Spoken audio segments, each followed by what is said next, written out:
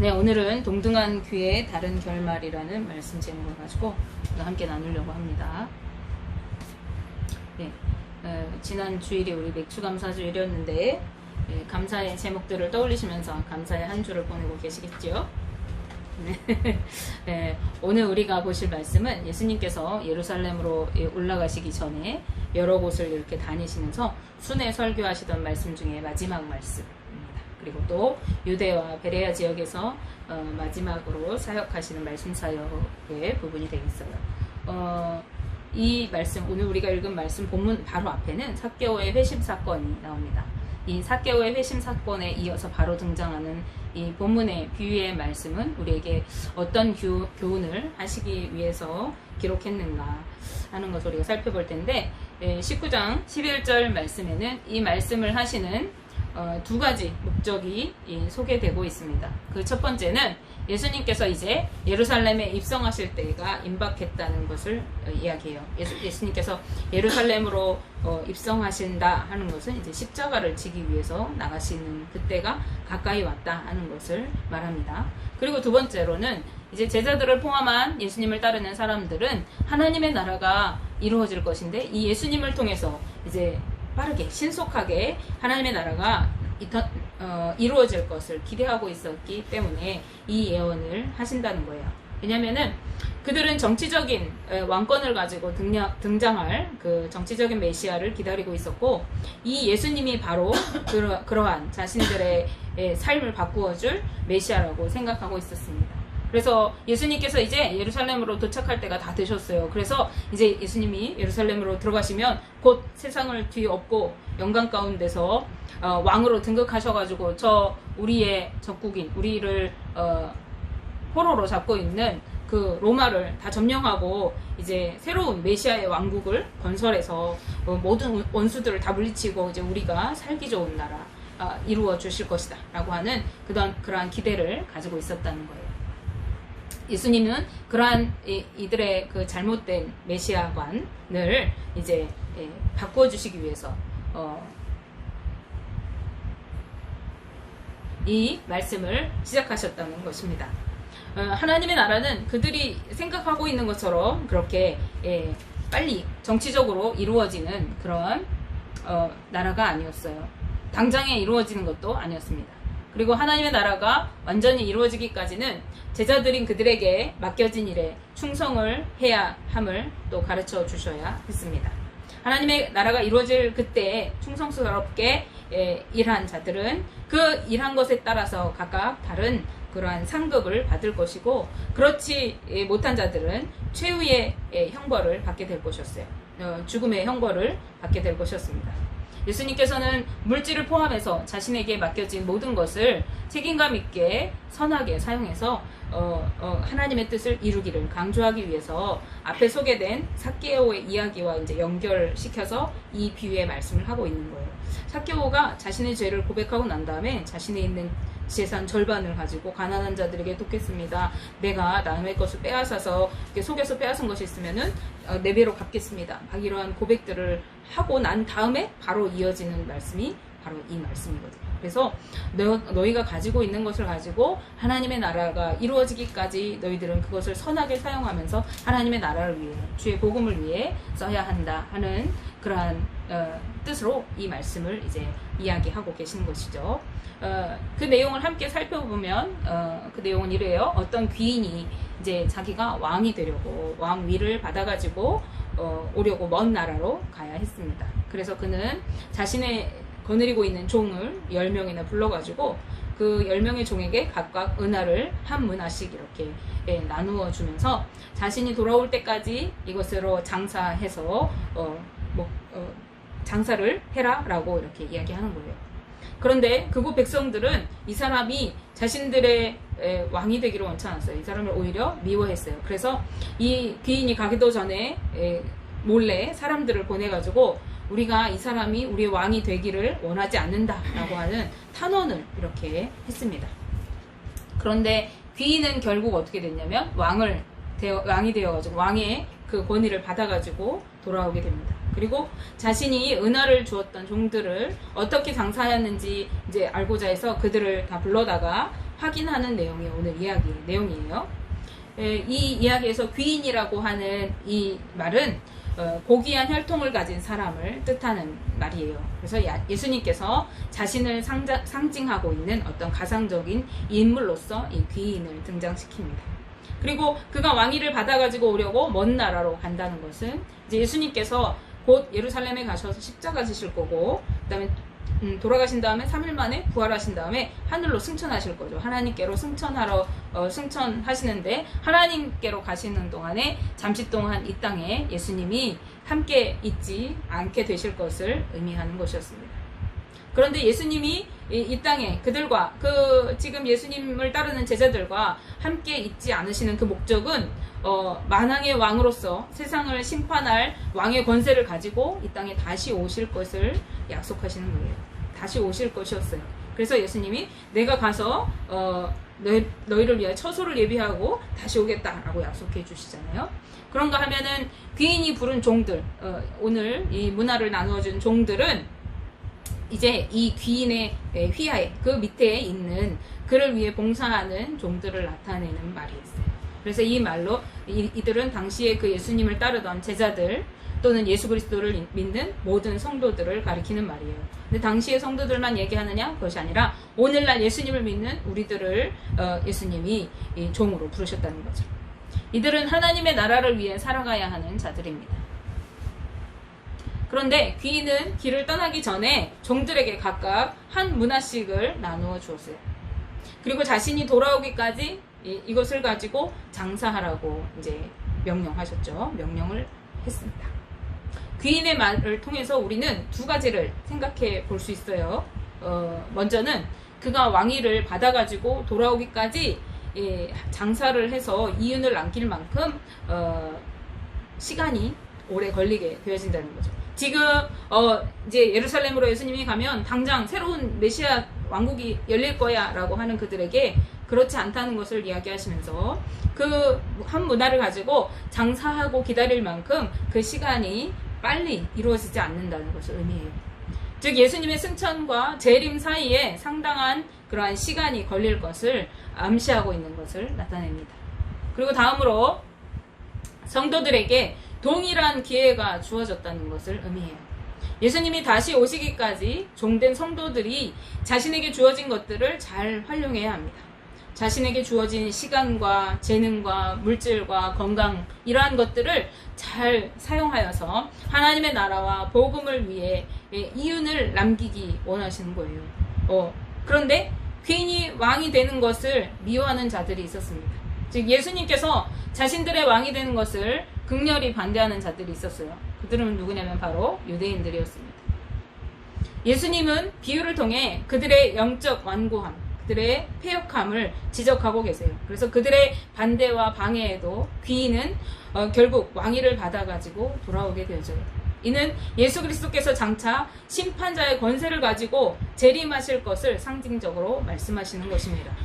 아무리 세상 사람들이 예수님이 메시아이심을 거부하고 예수님 부활하신 것을 그 로마의 병사들을 시켜서 숨기려 하고 제자들이 훔쳐갔다고 해 라고 사람들의 입을 막고 수많은 예수님을 증거하는 사람들을 죽였어도 예수님은 이미 승천하셨고 다시 분명하게 오시겠다고 약속하셨어요.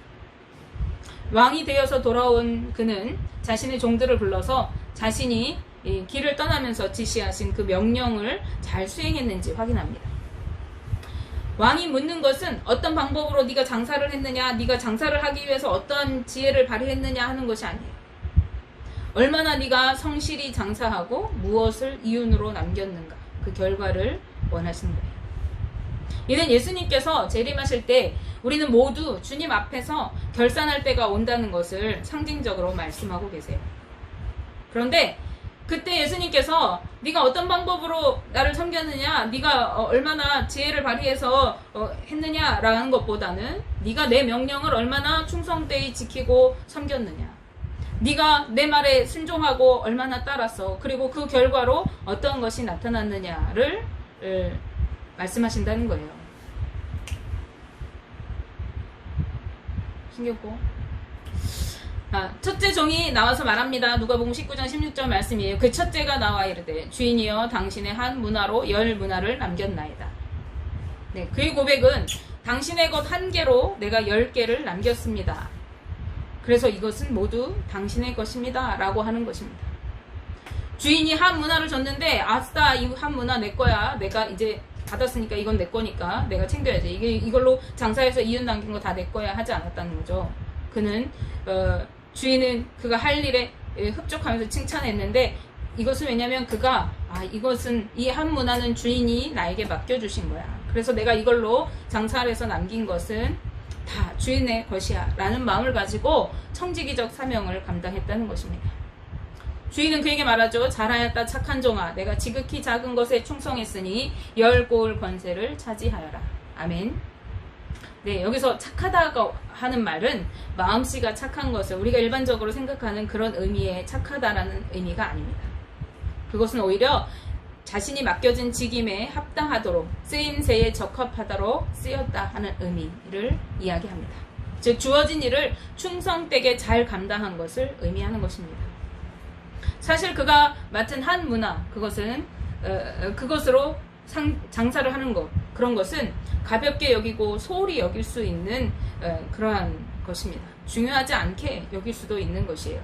그러나 이 종은 어떤 일이든지 자기에게 맡겨진 일을 작은 일이든지 큰 일이든지 관계없이 귀중하게 여기고 최선을 다했습니다.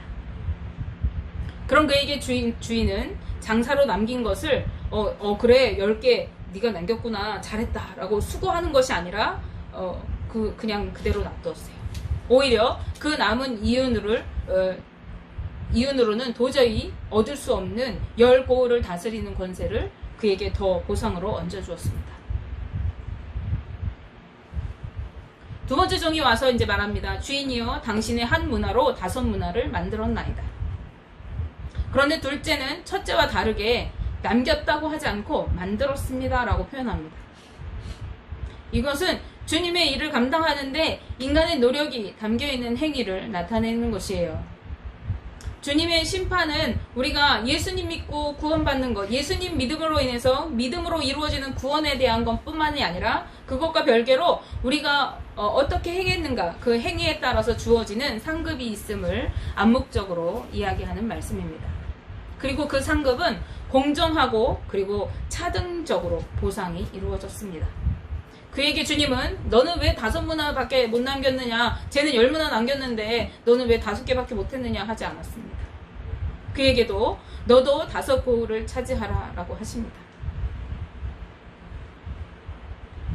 네, 그런데 이 두 사람과 다르게 한 사람이 다시 와서 이야기합니다. 왜 첫째 사람, 둘째 사람, 그리고 셋째 사람이라고 해야 하는데 셋째 사람이라고 하지 않고 한 사람이라고 이야기한 것은 그가 다른 두 사람과 다른 의미의 사람인 것을 말하고 있는 것입니다. 그는 한 문화를 같이 받았어요. 그런데 한 문화를 똑같이 받은 다른 사람과 같이 장사하라고 하는 명령을 한 번도 행하지 않은 그러한 사람입니다. 그는 오히려 그 한 문화를 수건으로 싸서 줄곧 그대로 간직하고 있었습니다. 수건으로 싸는 것은 당시에 돈을 보관하는 방법 중에 하나를 뜻하는 것이고 이러한 그의 행동은 명령에 순종하지 않은 것임을 의미합니다. 내가 주인이 주신 것 잘 보관했는데 라고 생각할 수 있는데 그것은 장사라고 하는 그 명령을 따르지 않은 것이기 때문에 불순종이 되는 것입니다. 그는 자기가 순종하지 않은 이유를 주인 때문이라고 오히려 핑계댑니다. 즉 주인이 엄하고 무서웠기 때문에 난 아무것도 하지 않았다는 것입니다. 그가 하는 말은 주인이 정말 그런 사람이어서라기보다는 스스로 그렇게 주인을 오해하고 있었기 때문에 그는 자신의 주인을 노력 없이 자신의 몫이 아닌 것을 남의 것을 취하는 그런 사람으로 여겼습니다. 여기서 그 표현은 고리대금업자가 다른 사람에게 많은 이윤을 이렇게 빼앗는 그런 행위의 사람으로 여겼다는 거예요. 아니면은 땅 주인이 다른 사람에게 이렇게 농사짓도록 그렇게 땅을 빌려주고 그 소작인들에게 농사한 것을 거둘 때 부당하게 많은 그 농작물을 요구하고 수탈해서 착복하는 것을 의미하는 그런 표현이라고 합니다.